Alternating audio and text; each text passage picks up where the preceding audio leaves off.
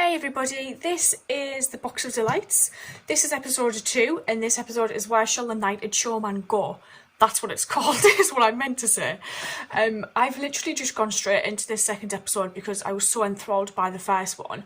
I really wanted to know where this was going to go because there's so many possibilities and there's so many things they can do with this.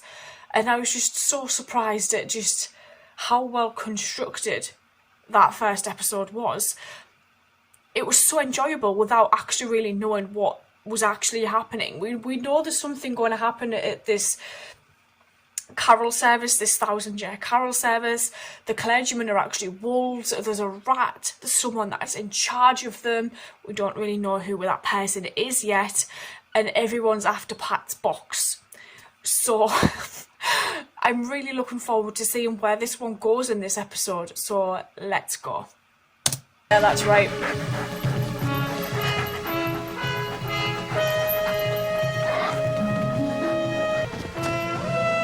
There it goes.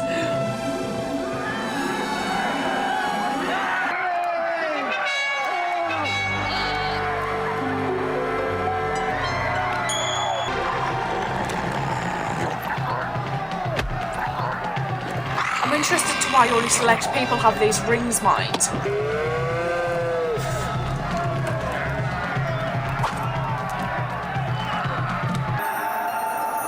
What on earth? Don't be afeard, Master K. He's like bloody You Morgan see Freeman. these? They're running me very close. What do they want? Exactly. Not me. The box. They want my box of delights that I showed you at the inn, which I can't guard myself against. Not anymore. Because I'm old now and only know the old magic. Shouldn't you go to the police? The police don't heed the kind of wolf that's after me. No. You open it like this. If you push this to the right, you can go small. I will.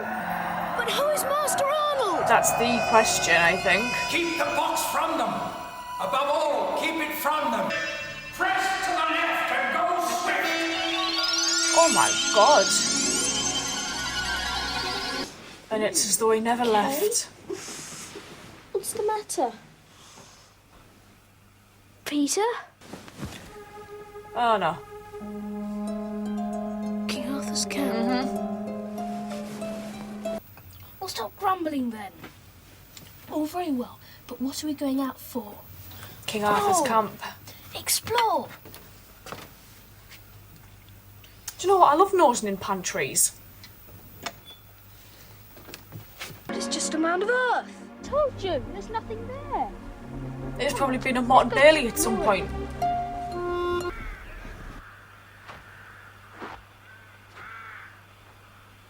Oh, there's the... Get in check. Oh. You won't get far in that snow. Well, we scrobbled the old man. I'm sure it was old Mr. Hollings.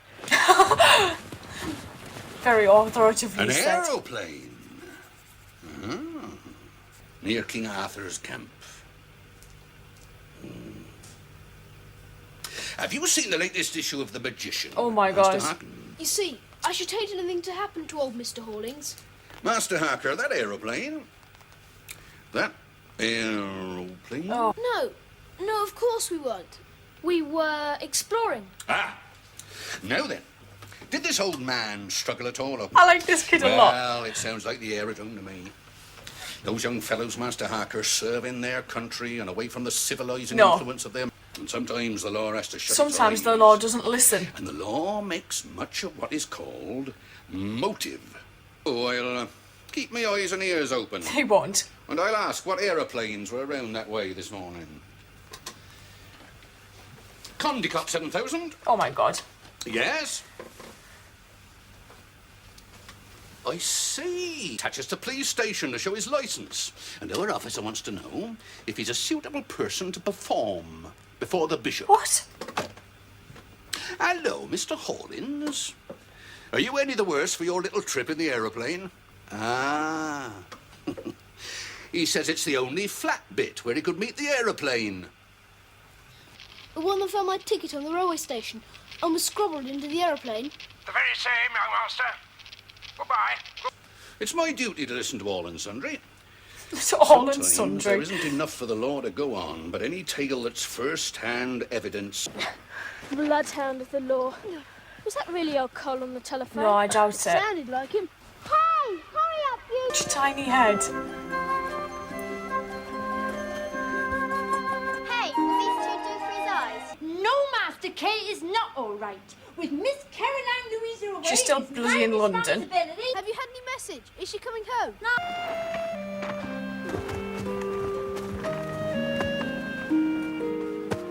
I think this lady was in Bad Girls. I know them.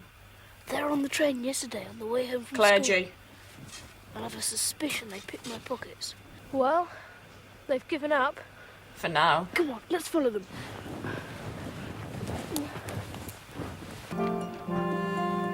Oh, bloody hell. Door opens backwards.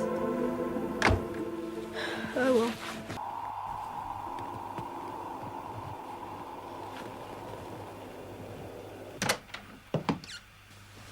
We need to really hide this box better.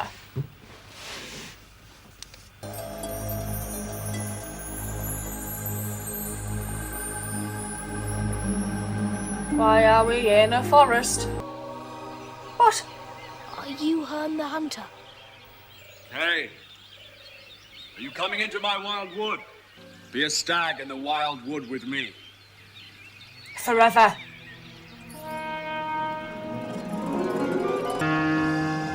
This is quite possibly, I think, one of the most unique programmes I've ever seen.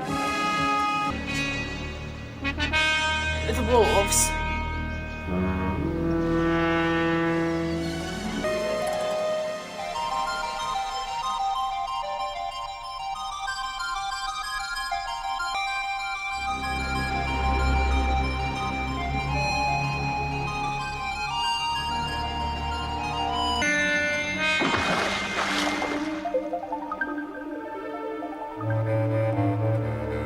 You can't ask a fish that, it'll forget.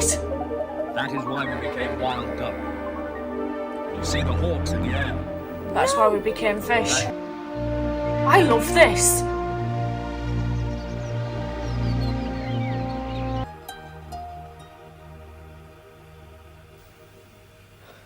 I wonder if time moves differently when he goes in the box. Go small.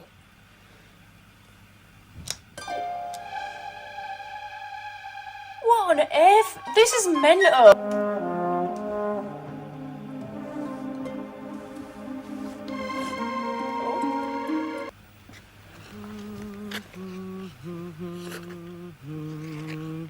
Hello, Kate. Oh. I hope this mouse sticks around.